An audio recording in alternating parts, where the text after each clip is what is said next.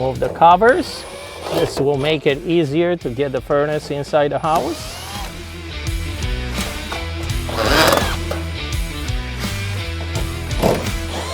As I mentioned before, it's a new design, so this is an extra piece in comparison to what we had in the past. Again, just to contain all the connections in one spot, so that way if anything is leaking, it's all contained.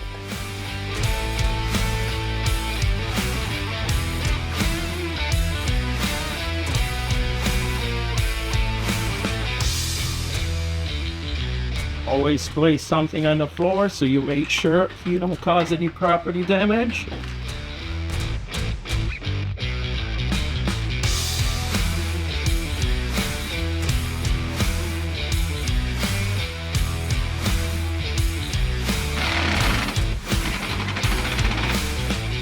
Now, same like we did before, we're going to tape all of this so that way we make sure it's no air leakage anywhere.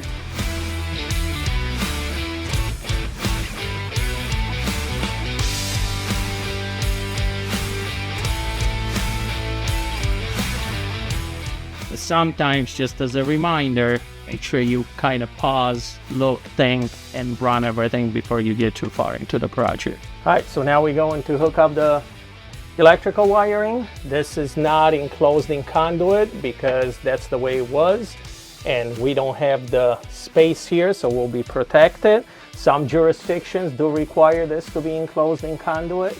However, some of this falls under the HUD, BOCA home and all that, so it can be exposed as long as it's not susceptible to damage.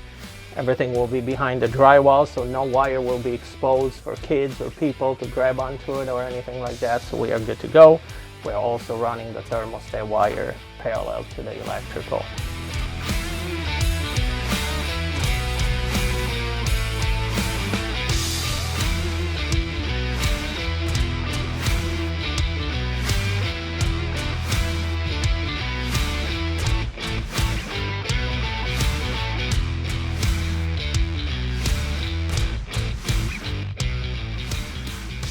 So I just installed the junction box here so we can make our connections instead of having them out in an exposed area. We are going to connect our wires inside the box so everything is nice and concealed.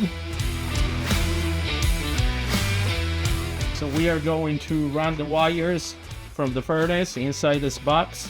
Now everything, like I mentioned before, it's nice and protected. So we are going to put a connector right here. You can't have any wires penetrate any box without any protection. So we are using one of the connectors, it's like a Romex connector, to run our wires through it. That way everything is protected in plastic.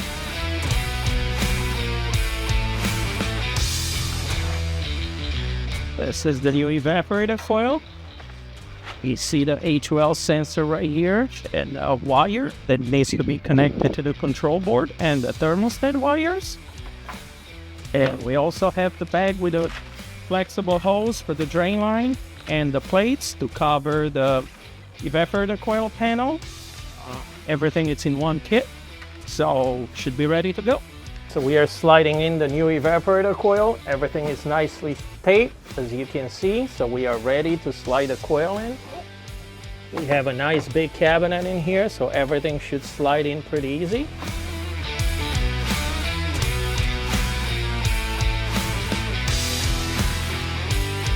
The next step is going to be piping in the drain line here, and we are going to do the overflow switch and run the line sets. Make sure your pipes are nicely lined up. He connected the drain line to the elbow. Sometimes you can do it from up top, but considering the limited space we have here, sometimes it's easier to send it out from the bottom. He applied glue to the drain line prior to sending it up, so it's all nice and glued.